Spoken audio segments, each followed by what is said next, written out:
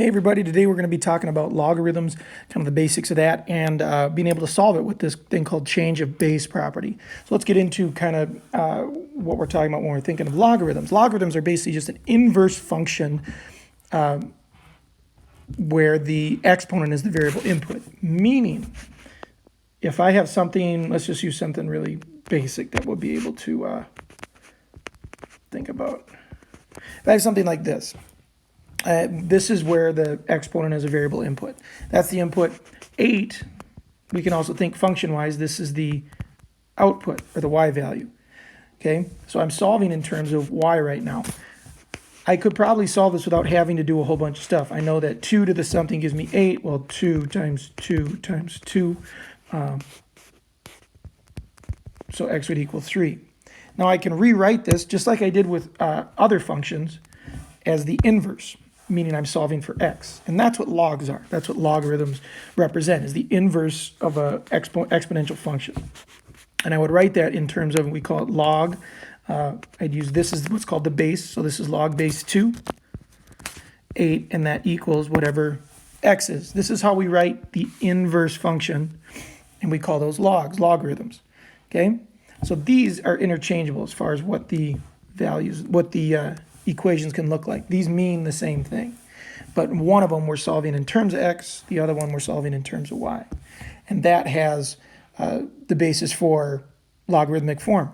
Okay, so don't get confused when we hear about logs. All that you can interchange it with is inverse. This is the inverse function to an exponential function. Okay, where b we call the base, a we'd call the output, and then there's the exponent function-wise, this is the input. Okay, simple enough. So what we should be comfortable with is converting and solving and being able to understand what pieces we have between those two. So converting from logs to exponential functions and exponential functions into logarithmic functions. So let's try that. Why don't you go ahead, let's start with the exponential. Why don't you try rewriting this in logarithmic form and then solve it. So go ahead and pause the video, try and get these two, tell me what the x values are. We'll come back here in a second and solve those. Okay, so first step, I'm going to write it base. The base is 3, 81, and I want to know what x is. Okay, so looking at it in either this form or this form, I can solve that. Okay, so 3 to the something. So 3 times 3 is 9, times 3 is 27, times 3 is 81. So x in this case would equal 4. Okay, I'm not using my log function on my calculator yet. I don't have to. Okay, I'm just showing you kind of the basics for being able to do this. Okay, the other one, so this would be log of, oops, I'm getting ahead of myself. Log base 6, where we know the output's 216. What does the exponent have to be, or the input? That would mean that it goes 6 times 6 is 36, times 6 is 216. So in this case, x equals 3. Okay, so being able to convert from exponential to logarithmic. So let's try it the other way. So now we have these logs. Why don't we convert to exponential and then also solve them? Go ahead, pause it, try it out, and we'll come back. All right? So if we convert this, that means that our base 2 to something is 64. We can do that. That's 2 times 2 is 4, times 2 is 8, times 2 is 16, times 2 is 32, times 2 is 64. So in this case, x would equal 6. There we go. Okay. In this case, so now we have 7 to the power of something equals 343. 7 times 7 is 49, times another 7 is 343. So in this case, x equals 3. Okay. Now this is nice because some of these you don't need a calculator for. If you can understand what you're manipulating, you can just keep flip-flopping around and you can say, well, what piece is missing? Now that also means that I have 3 parts to this. Right? I have a base, I have an output, and I have an input. Looking at this in terms of logarithms, any of these things could really be missing, and I could use that to find anything else. Meaning I could have the output missing and having the other two, and I could use that to be able to find what I need to. Okay, so just realize that converting, you're making sure the components of this are put in the right place. Okay, that's the basics for that.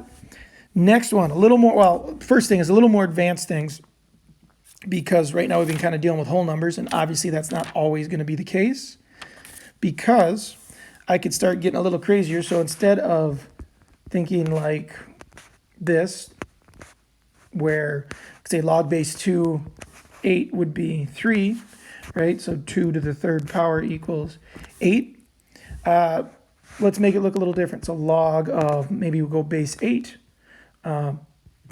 to, and we'd say, well, what does that equal? Well, that means that 8 to the x is going to equal 2. We can solve that. Now we're just getting into, we have to start thinking about our exponent properties and how we would get to that. Well, if you want, why don't you pause the video, why don't you see if you can get what x is before I write that down. Okay? So in this case, instead of being to the third power, 8 would have to be to the 1/3. Right? Rational exponents will get you there. Another way we can think about this. Well, let's go, instead of 8, let's go back to a base of 2, but let's go fraction-wise, 1/8. So again, that would mean if I want to write that exponential as an exponential function, 1/8 to the x. Oops, that's flip-flopped. Sorry about that. 2 to the x is 1/8. Pause the video, see if you can get it before I do here. Pause. All right.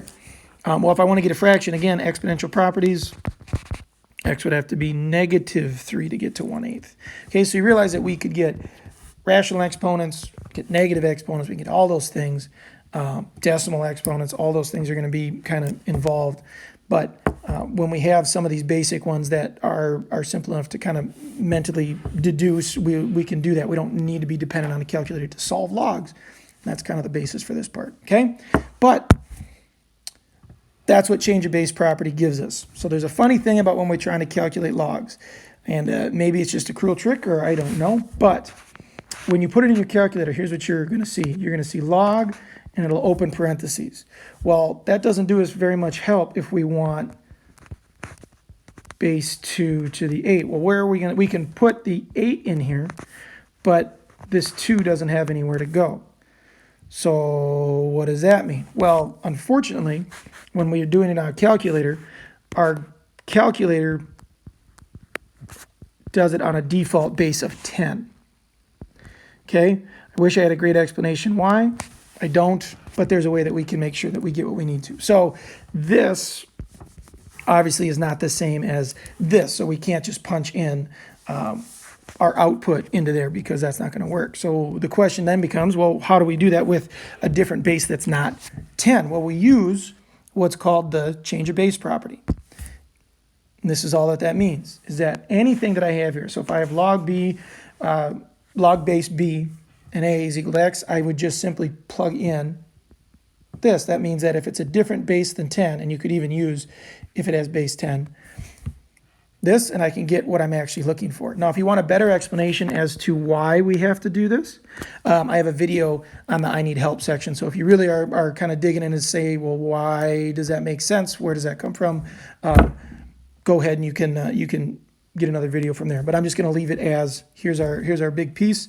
That means that if I'm going to do that, okay, so let's go back to now our log to 8. We know we should get 3, okay, and let's see if we can do that. Well, that means if this is B, this is A, if I'm going to use my change of base property where the base is different than 10, I would go log of A, which is 8, log of 2.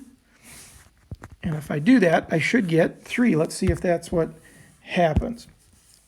Okay, so if I go log 8 divided by log 2, dun, dun, dun, dun, should be on the right-hand side if you're wondering where that is. I get 3.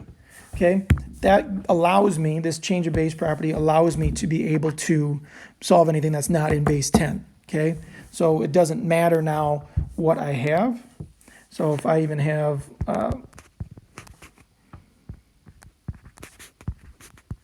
whatever, let's call it, well, something crazy like that, log 17 over root 11. Well, I can do that. That just means I'd go log root 11 over log 17, and now I have what I need to be able to solve. Okay, those are the basics, guys. If you need more, go to that I need help section in today's work, and I got some problems that I'm working through, and I also have an explanation for where this change of base property comes from. All right. Otherwise, that's all for now. Hopefully, you guys have a great day.